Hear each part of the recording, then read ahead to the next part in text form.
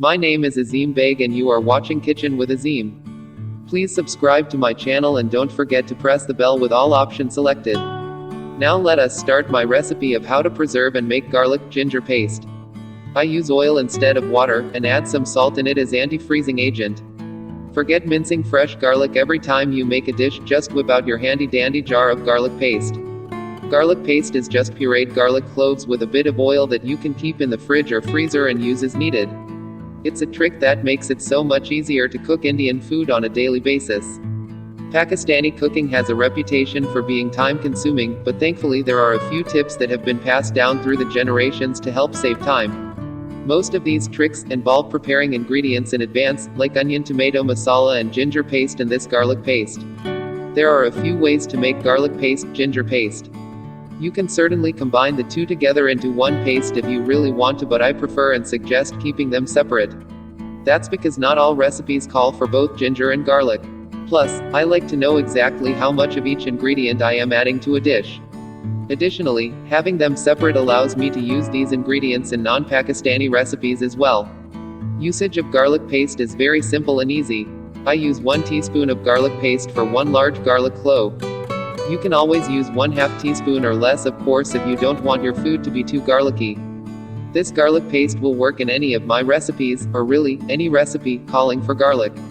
If a recipe calls for garlic cloves, you know what to do. So what if a recipe calls for minced garlic? Well, you can use the same amount of garlic paste.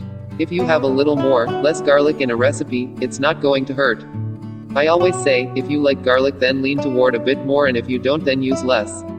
I've already mentioned the time-saving benefits, so I'll move on to other reasons as to why you should make your own garlic paste.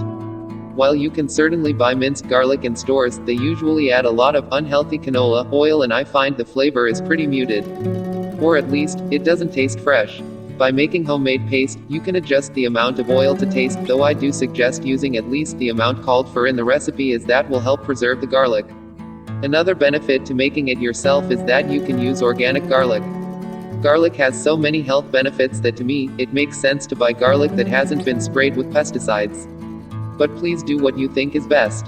Another quick time-saving tip, this little silicone garlic peeling tool works surprisingly well. So go on and make some garlic paste. Asterisk, if you prefer less garlic, you can always use 1/2 teaspoon of paste per garlic clove listed in a recipe.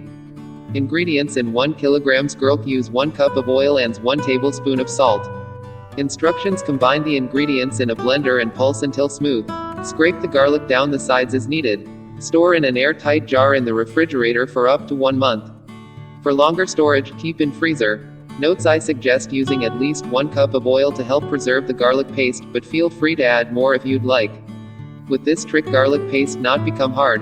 You can do the same with ginger too.